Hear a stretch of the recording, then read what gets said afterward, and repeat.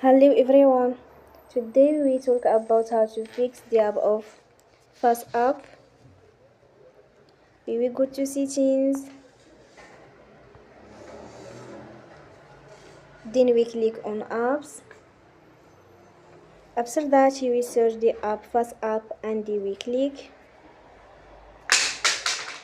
Then you will on for stop. After that we go to storage. Then we click on clear cache.